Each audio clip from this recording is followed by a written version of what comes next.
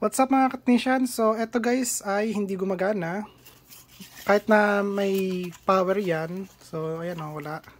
So ilagay natin tong hex file dito guys. At ano natin siya.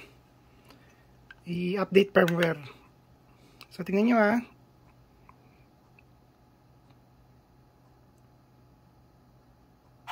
Ayan. At nagkaroon na siya ng ilaw. Ayan guys oh. Red yung status niya kasi ganyan talaga siya guys. So alisin lang natin to. Tignan natin kung gagana na siya.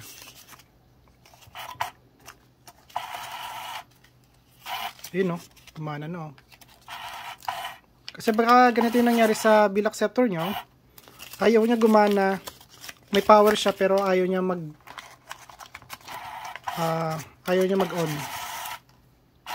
Ayun, okay na.